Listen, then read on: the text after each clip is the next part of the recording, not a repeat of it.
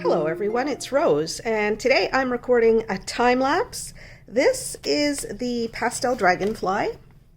This is my second pastel dragonfly. My first one, was a square drill, and it ended up looking very nice, but the square drills were really bad quality, and so they were popping like crazy.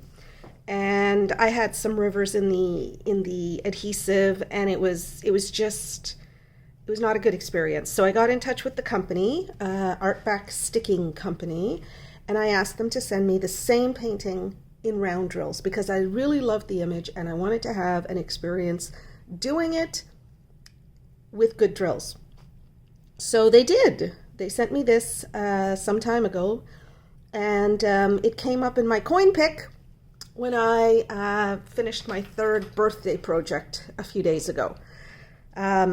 So I am working on it, and I'm going to continue it, and I'm going to finish it, and then that'll be that. I don't think I'm going to finish it in this time lapse, but I hope to get at least this section of it done. This is a 30 by 40, and so last night I just started putting I put one color down, but I want to do the rest. Today is March 1st as I'm recording this. So I'm going to stop talking now, go into time-lapse mode, and I will be doing a reading from the Magnate's Manifesto.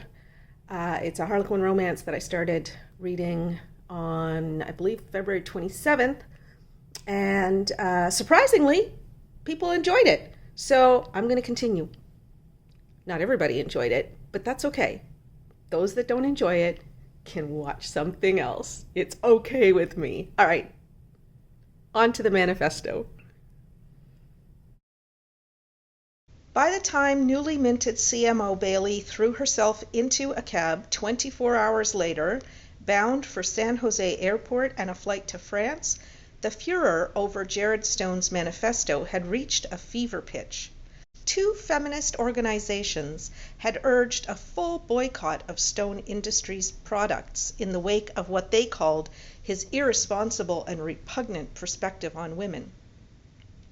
The female CEO of the largest clothing retailer in the country had commented on a national business news show, "It's too bad Stone didn't put this much thought into how he could balance out his board of directors, given that the Valley is rife with female talent."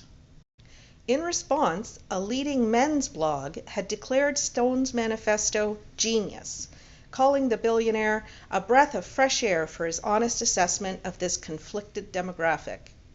It was madness.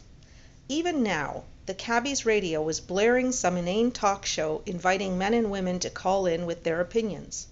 She listened to one caller, a middle-aged male, praise Jared for his balls to take the bull by the horns and tell it like it was, followed by a woman who called the previous caller a caveman relic of bygone days.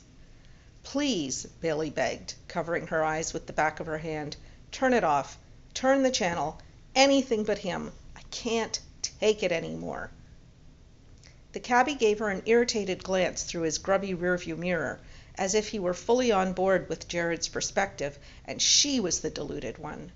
But he switched the channel.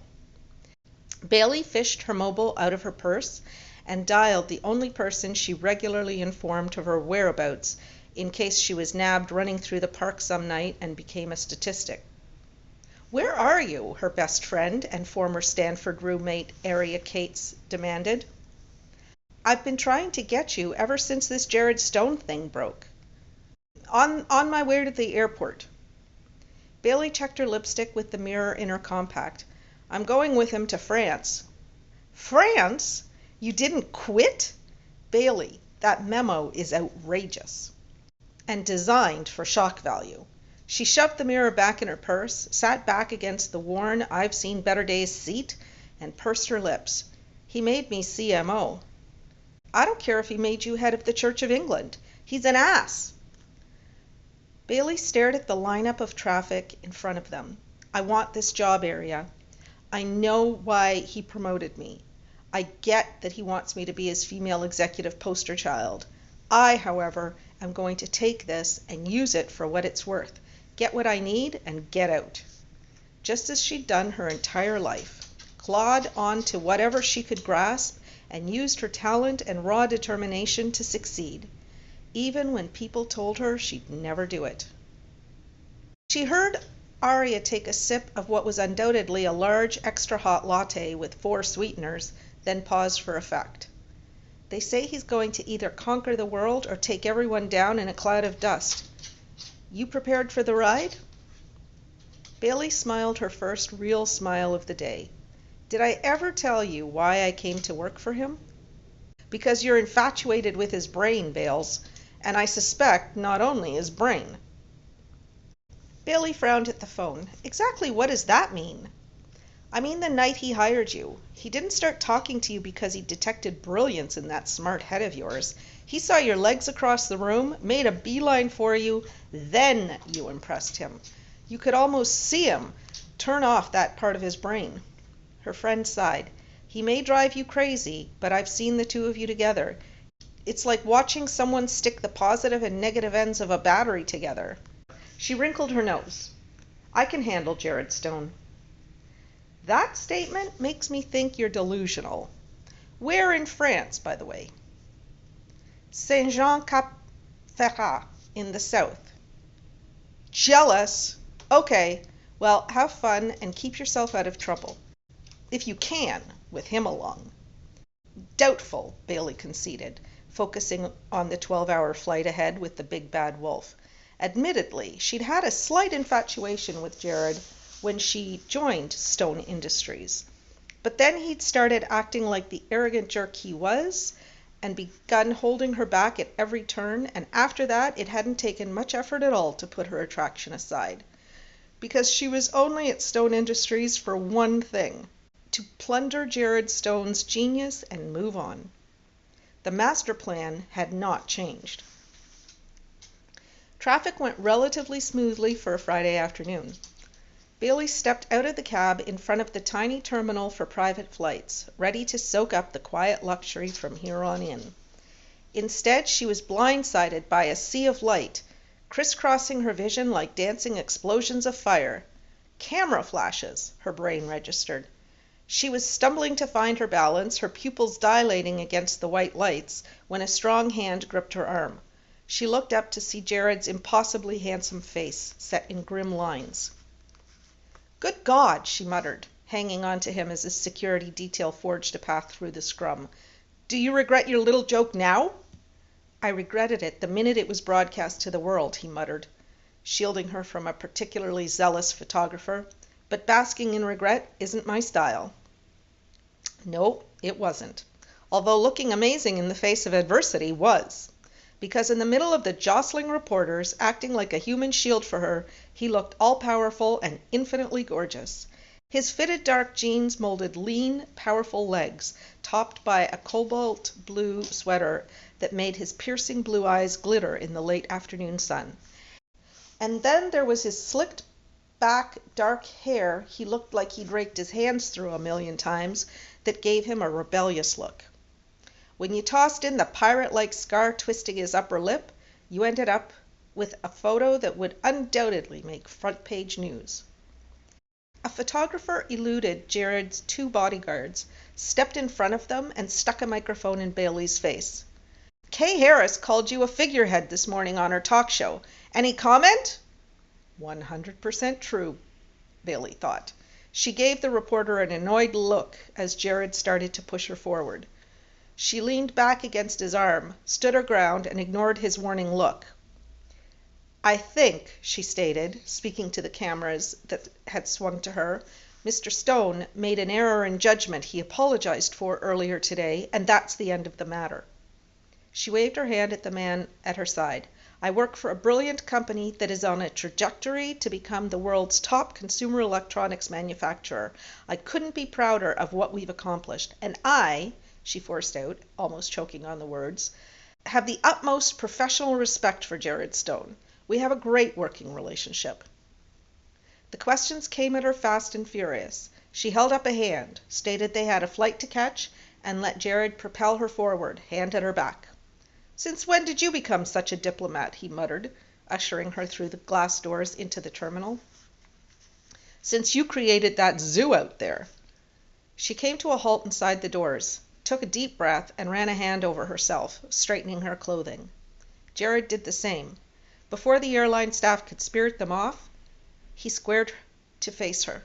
Thank you. I owe you one. Her gaze flickered away from the intensity of his. Looking at Jared was like observing all the major forces of the world stuffed inside the human form, charging him with energy, a polar pull that was impossible to ignore. She'd felt it that night he'd headed purposefully across that bar and ended up hiring her. But she didn't need it now.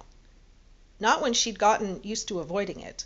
Not when she had to spend 12 hours crammed into a private jet with him, absorbing it all.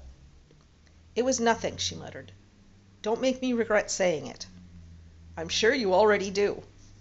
His taunting rejoinder brought her head up. The dark glint in his eyes reminded her that there was still a line in this détente of theirs. And she knew there was. She really did. She just couldn't help it with him. After you, he murmured, extending his arm toward the exit to the tarmac. She swished past him out the doors and up the stairs of the sleek 10-person Stone Industries jet. She'd been on it once before, the decor a study in dark male sophistication. An official boarded the plane for a cursory check of their passports, and Bailey settled into one of the sumptuously soft leather seats and buckled up. They took off, the powerful little jet racing down the runway, leaving San Jose behind in a blur of bright lights. As soon as the seatbelt lights were turned off, Jared unpacked a mountain of paperwork and suggested they rehearse the presentation. He wanted it perfect, was determined to rehearse until they'd nailed every last key message. Given that it was new material to her, it might be a long night. It was. Their styles were completely opposite. She liked to wing it. Jared, emphatically not. Not to mention how intimidating he was when his passion for the subject took over. She could usually hold her own with the best of them, but he was too smart, too intense, and too sure of himself to make it easy. So she resorted to her default mechanism of asking a million questions, knowing the material inside out. What was the logic behind that statistic? Why were they making that particular point here? And wasn't this information coming too soon? Shouldn't they save it to drive the stake in at the end? 4 hours and 4 rounds of the presentation later, Jared flung himself into the chair opposite her and rubbed his hands over his eyes. This isn't working. You are the queen of going off script. It makes it believable, she countered, sinking down into her chair. I'm playing off you, taking your lead. You're the one who keeps losing the thread. He gave her a disbelieving look. I'm following the slides. She blew out a breath as her head pounded like a jackhammer. You are stuck on process. Try loosening up. It works beautifully. It's even better when I have an audience. He dropped his head into his hands. That idea scares me greatly. She looked longingly up at the flight attendant as she came to hover by them with an offer of pre-dinner drinks. I'm having a glass of wine. I've earned it. Whiskey, Jared muttered to the attendant, then sat back and watched her from beneath lowered lashes. The longest lowered lashes she'd ever encountered. Divine, really. He opened them. What is it about falling in line you have a problem with? Bailey widened her eyes. I fall in line when I need to. Witness the press a few hours ago, for instance. You are challenging everything I say, he growled. I'm challenging everything that doesn't make sense, she countered. I haven't seen the material before. I'm an objective eye. It's perfect. It would be perfect if everyone in the world thought exactly like you. David Gagnon has a creative streak. You need to appeal to that side of him. An expert on him already? He asked darkly. I did my homework. She tore open the can of cashews she'd brought with her and shoved some in her mouth. What value would I be adding if I fell into line like a trained seal? His expression inched darker. A lot of value right now, given that this is the only rehearsal time we're going to get. David is famous for his social lifestyle. You can bet he'll have things lined up every night.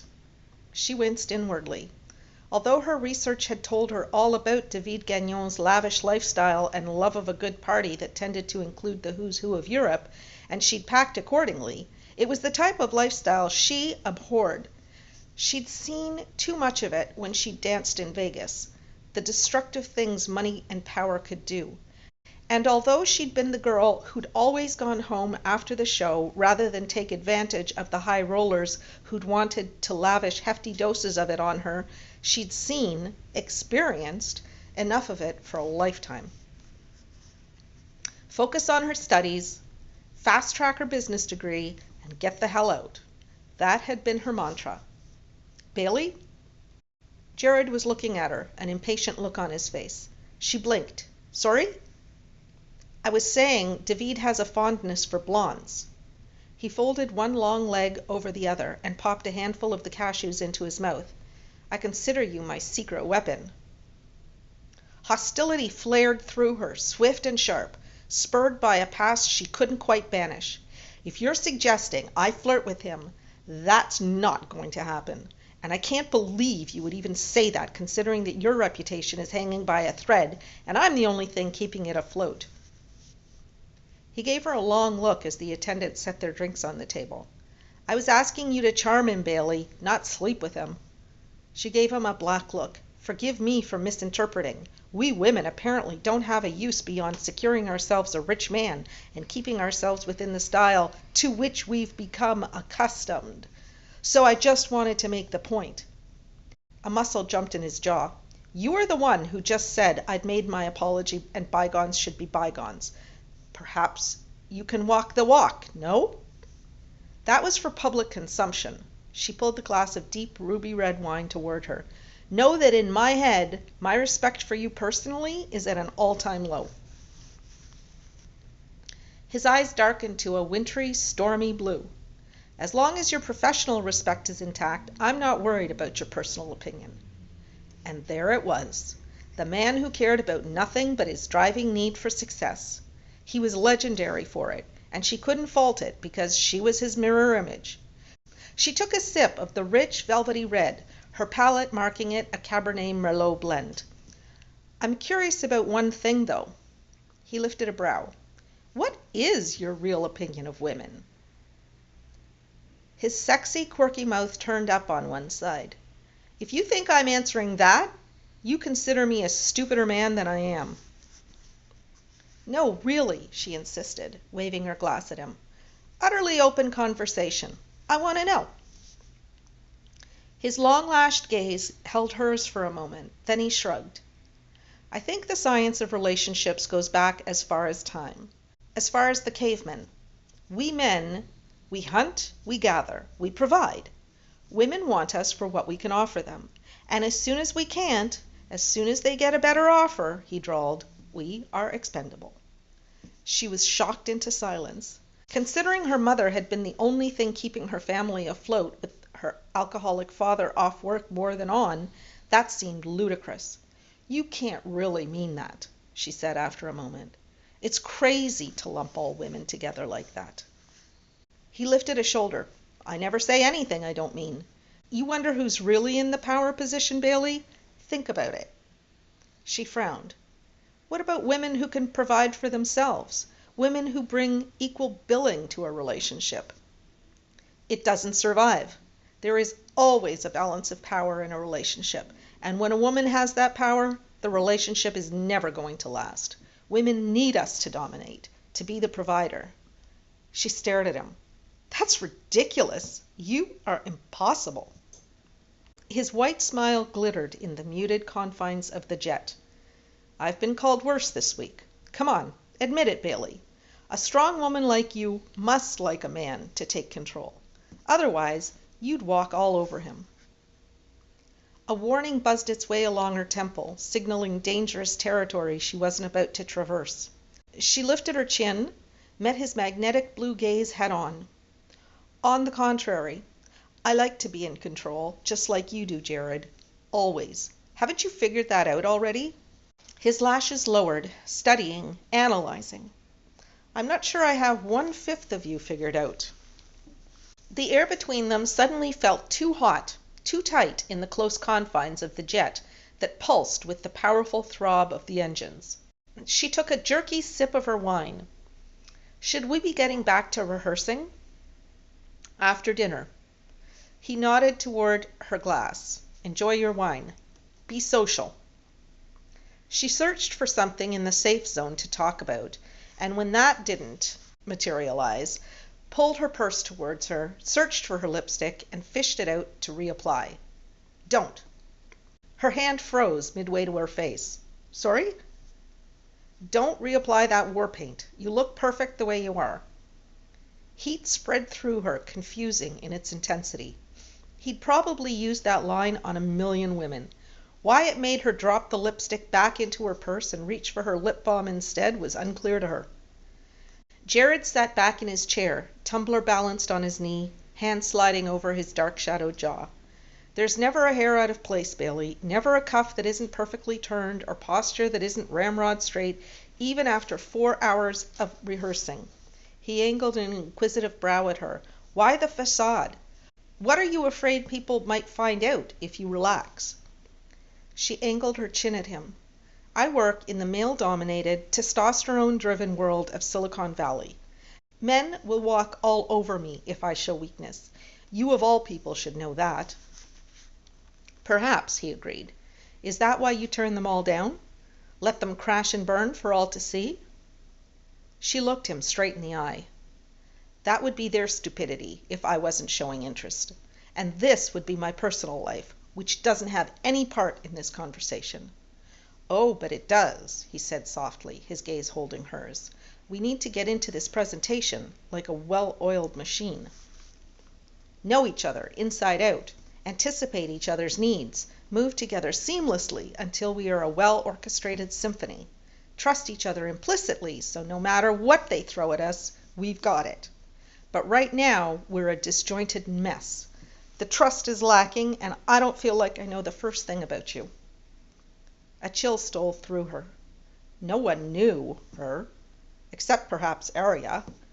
They knew Bailey St. John, the composed, successful woman she'd created by sheer force of will, a female version of the Terminator, and not even Bulldog Jared was going to uncover the real her, which necessitated an act, and a good one. She cradled her wine glass against her chest, leaned back in her seat, and slid into the interview persona she'd perfected over the years. Ask away then.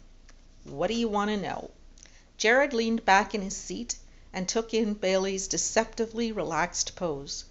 He had no doubt from her evasive answers that she was going to give him only half the story.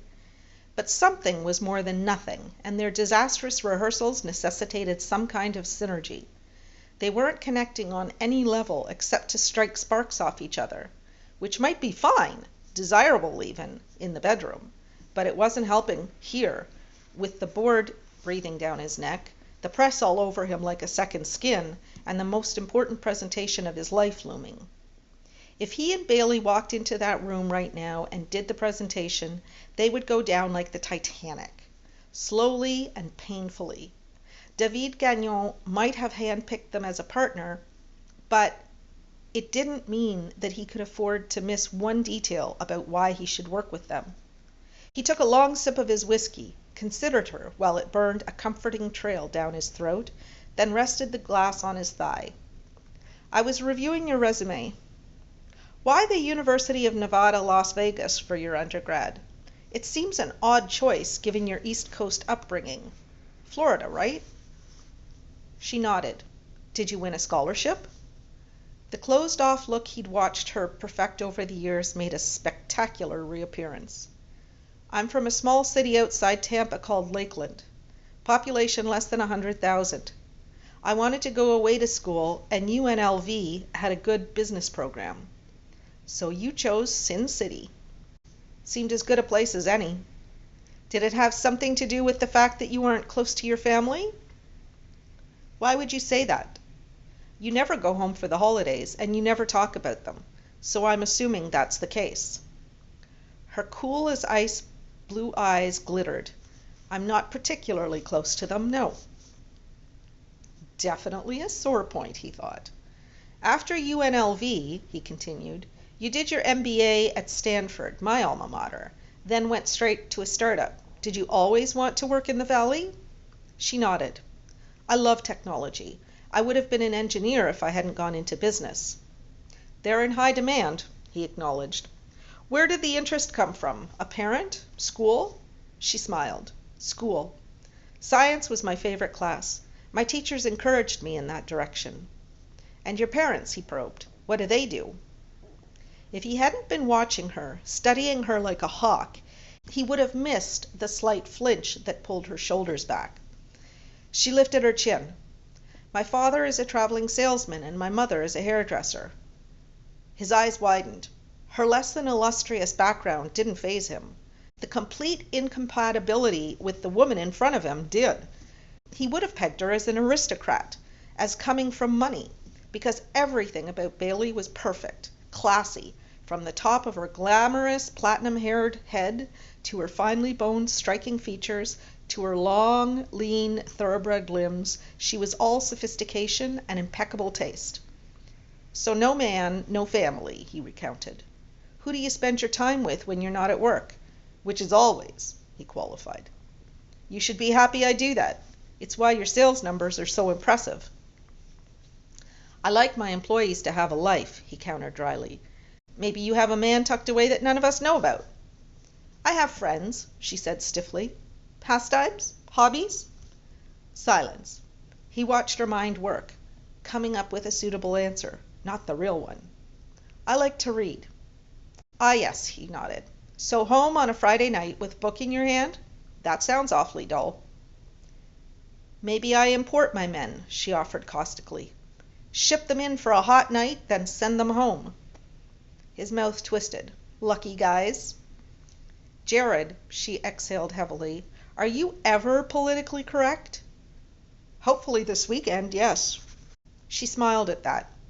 Is that enough information so we can move on to your fascinating backstory?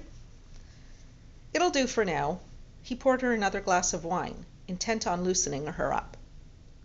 She shifted, tucked her legs underneath her. He kept his eyes off her outstanding calves with difficulty. Is it true, she asked, running a finger around the rim of her glass, that you got your love of electronics tinkering in the garage with your father? He nodded. My father was an investment banker, but his true love was playing with a car's engine until the sun came down. I would go out to the garage and work alongside him until my mother made me come in. She frowned. You said was. Did your father pass? No. He felt his defenses sliding into place like a cell door at Alcatraz. But opening up was a two-way street, and he needed to give, too. He embezzled money from the bank, from his personal circle of friends, got himself in way too deep, and tried to win it all back in a high-stakes game in Vegas.